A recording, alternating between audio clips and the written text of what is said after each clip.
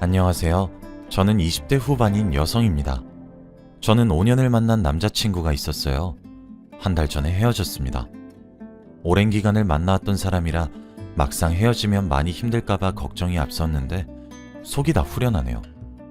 아무래도 이런 이야기를 친구들에게 할 순 없어서 임금님 귀는 당나귀 귀라는 심정으로 이렇게 사연으로나마 하소연을 하고 싶어 글을 써봅니다. 제가 오랜 기간을 만난 남자친구였던 2살이 연상인 오빠는 알뜰한 사람이었어요. 사실 저희 집도 그리 부유한 편은 아니었습니다. 살짝 빠듯한 정도랄까요? 당연히 대학교 학비도 학자금 대출을 해야 하는 수준이었죠. 그래서 어렸을 때부터 습관적으로 절약이 몸에 배어있는 편입니다. 요즘은 시대가 좋아져서 인터넷으로 제가 사고 쓰지 않는 물건들은 저렴한 가격에 내놓으면 필요한 사람이 제게 돈을 주고 가져가는 식의 중고거래가 잘 형성되어 있어요. 제가 혼자 살고 있는데 이사를 하면서 엄마가 제게 스팀 다리미를 하나 사주셨습니다.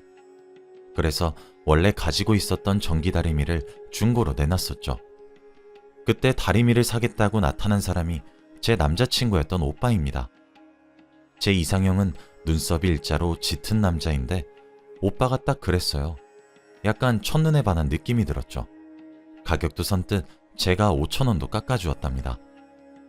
거래가 끝난 후 제가 잘 사용하고 계시냐는 연락을 시작으로 만남을 이어갈 수 있게 되었고 우리 사이는 빠르게 연인 사이로 발전했어요. 알뜰살뜰하게 살고 있는 모습이 저와 비슷하더라고요. 그 모습에 반하게 되었습니다. 제 인생 첫 남자친구였어요. 저보다 조금 더 알뜰한 정도로 생각을 했었는데 전혀 아니었습니다. 세상 짠돌이의 구두쇠더라고요. 오빠와 5년 동안 만나면서 참 많은 일이 있었어요. 사귀게 된 이유는 제가 5만 원이 채 되지 않는 립스틱을 선물해달라고 했는데 그때 오빠의 실체를 알게 되었거든요. 사실 이걸 들으시면 자기 돈으로 사면 되는 건데 왜 사달라고 해? 라고 생각하시는 분들도 계실 거예요. 근데 저는 이것이 저만의 애정을 확인하는 방법이었습니다. 왜냐하면 오빠는 만날 때마다 돈 거리는 사람이니까요. 저는 돈 5만 원 때문에 헤어지게 되었어요. 립스틱을 하나 선물해달라고 했다고 오만 소리를 다 하더라고요. 된장년이 뭐니 이렇게 사치를 많이 부리는 사람이었냐면서 말이죠. 저보고 아니 지연아, 네가 몇백만 원짜리 가방도 사고 이런 부유한 여자들이면 몰라도 네가 저런 비싼 립스틱을 왜 쓰려고 해? 그런 걸 보고 다른 사람들이 분수도 모른다고 말을 하는 거야. 아직 어리다 어려 라고 하는 게 아니겠나요? 맞아요. 저희 집 부유하지 않아요. 몇백만 원짜리 명품 가방? 저 하나도 없어요. 그런데 정말 5만 원도 안 되는 립스틱 하나가 사치라고 생각하시나요? 저도 직장인이고 돈을 버는데 분수를 모른다는 말이 어찌나 가슴에 꽂히던지. 이런 걸 속물이라고 말을 하는 거라고 비아냥대는 남자친구에게 저는 그만 헤어지자고 통보를 했습니다. 사실 지나치게 돈을 아끼려는 모습에 정이 많이 떨어져 있었어요. 늘 더치페이를 했었거든요. 일단 바깥에서 사 먹는 음식들이 애초에 엄청 비싼 음식들은 아니었어요. 주로 기사식당에 저를 자주 데려갔고 밥값이 12,900원 이런 식으로 나오면 정말 10원짜리까지 더치페이를 요구했죠. 마트에서 막대 아이스크림이나 작은 사탕 이렇게 1,000원 안쪽의 군것질거리는 제게 사다 주었는데 그럴 때마다 오빠가 큰맘 먹었다. 너니까 이런 거 사주는 거야. 라고 말을 하는데 뭔가 연애를 하면 할수록 전반적으로 참 궁상맞다는 생각이 들기 시작하더라고요. 5년을 만나면서 저희가 얼마나 많은 기념일이 있었겠나요? 물론 돈을 아끼는 건 좋은 일이 맞습니다. 돈은 허투루 쓰지 않아야 되니까요. 하지만 저는 써야 되는 순간이 오면 시원하게 쓰고 싶은 사람이에요.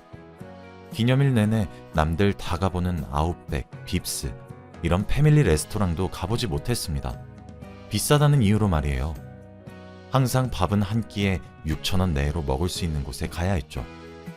5년을 만났는데 영화 본 적이 10손가락에 꼽을 정도예요. 영화관에서 보는 비용이 너무 아깝다는 이유로 말이죠. 3년 정도 지나면 TV에서 다 재방송해주는데 참았다 그때 보라고 하더라고요.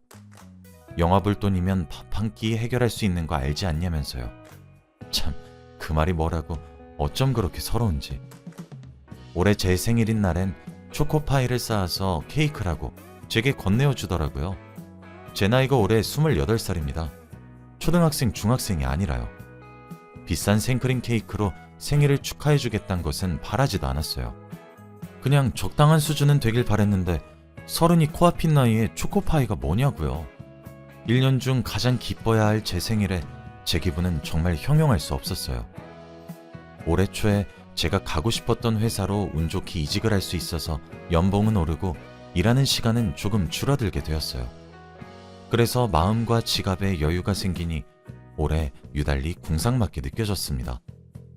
생일날 초코파이 케이크를 보며 서글퍼지는 마음을 억누르고 케이크가 먹고 싶다고 했어요.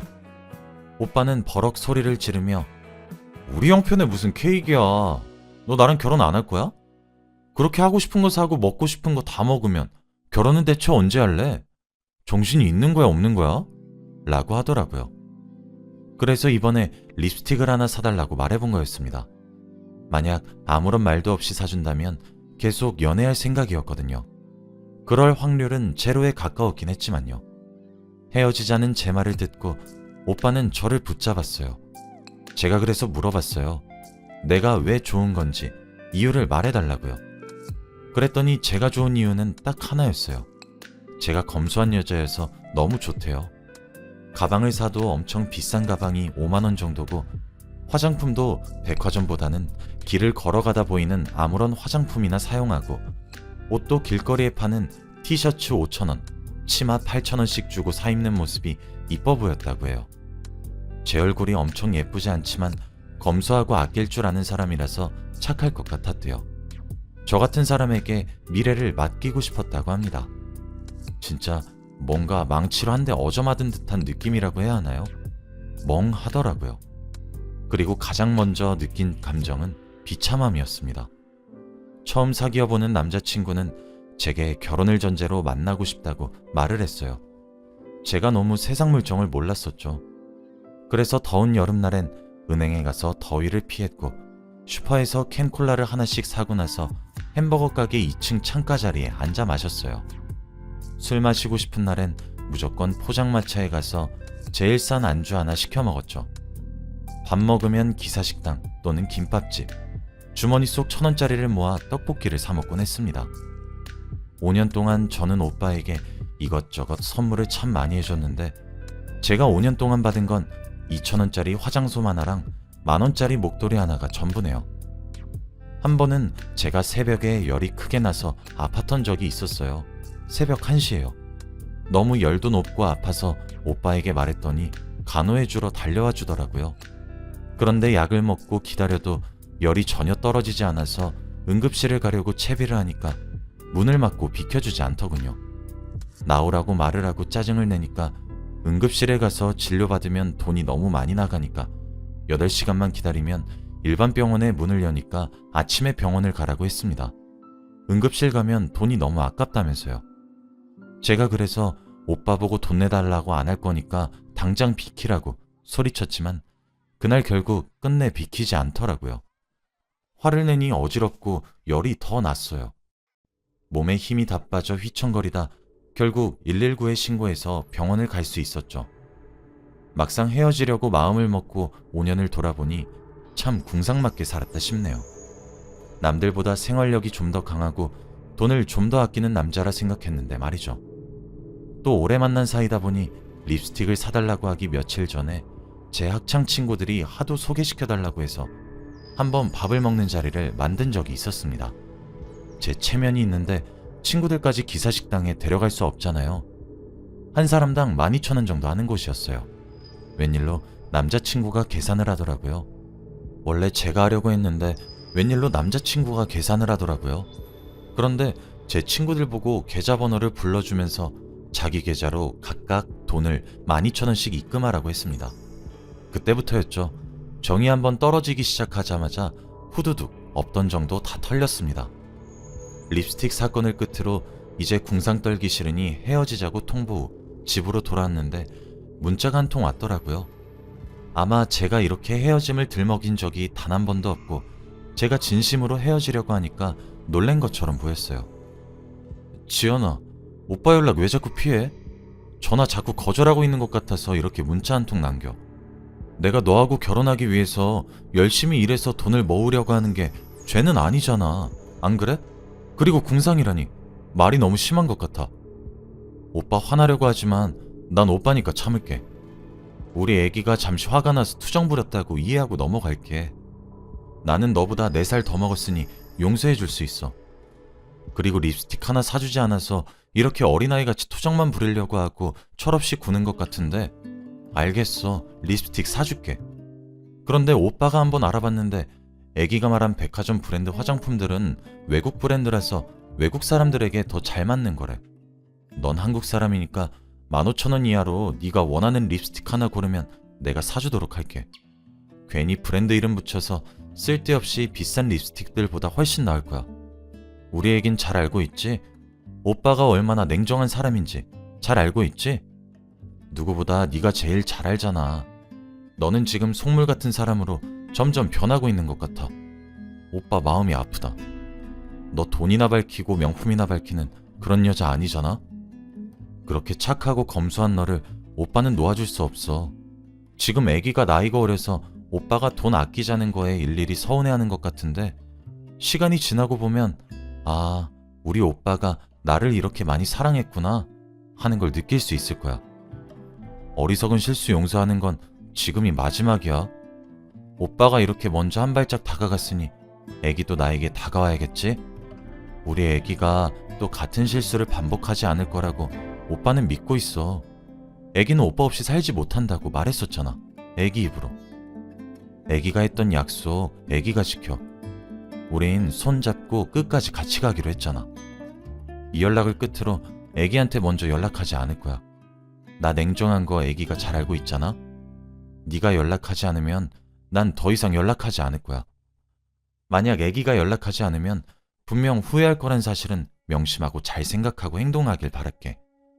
세상에 오빠처럼 자상하고 애기 생각하는 남자 없을 거야. 연락 기다리고 있을게. 라고 말이죠. 저 진짜 문자를 읽는 순간 입에서 욕이 다 나오더라고요. 저는 바로 답장을 보냈습니다. 저기요, 김수혁 씨. 애기 거리지 말고 오빠 거리지 마세요. 진짜 문자 보다가 역겨워서 토할 뻔했어. 그냥 평생 궁상이나 떨면서 살아. 그쪽은 평생 다른 여자 만나서 그 여자 괴롭히지 말고 좋아하는 돈 꼭 끌어안고 오순도순 살길 바랄게. 아낄 수 있는 곳은 아끼는 게 맞다고도 생각해. 그렇지만 평생 당신처럼 궁상 떨고 싶지 않아. 그리고 진짜 나여서 참고 만났던 거야. 내가 처음 사귀었던 남자친구에서 내가 세상 물정을 너무 몰라서 그래서 5년이나 만나준 거라고. 그리고 우리 집 그렇게 똥구멍 찢어지게 안 가난해. 남들처럼 엄청나게 부유한 건 아니지만 미친 듯이 가난한 집 딸내미 아니라고. 사람 거짓 취급하지 마. 기분 더러워. 그리고 5년 전 내가 그쪽을 만났을 당시에 학생이니까 저렴한 옷을 사서 입었던 거지. 사람은 나이를 먹고 환경이 변해. 옷을 사더라도 사는 목적과 때와 장소가 있어. 어떻게 서른이 코앞인 여자 보고 5,000원짜리 옷을 사 입는 모습에 반했다고 할 수가 있지? 너무 궁상 맞고 찌질해. 알아?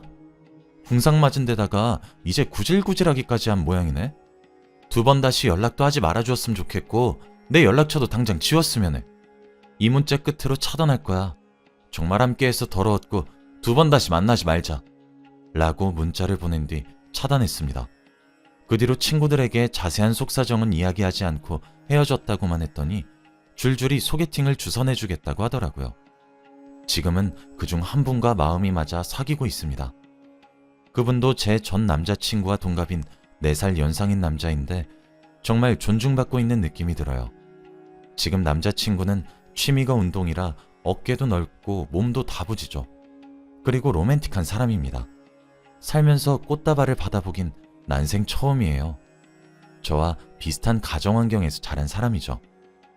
부모님이 남자를 고를 때는 항상 가정환경이 비슷한 남자를 만나라고 했는데 그 말을 이제서야 뼈저리게 와닿네요.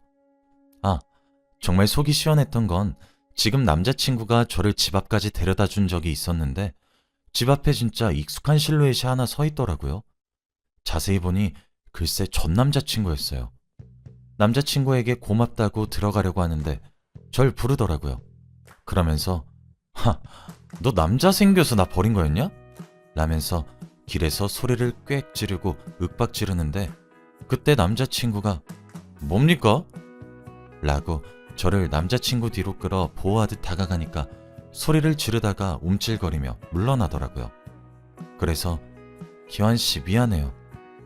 전에 만났던 사람인데 분명 제가 헤어지자 하고 관계를 정확히 끝냈는데도 저희 집 주소 알아서 이렇게 찾아왔나 봐요. 너무 미안해요.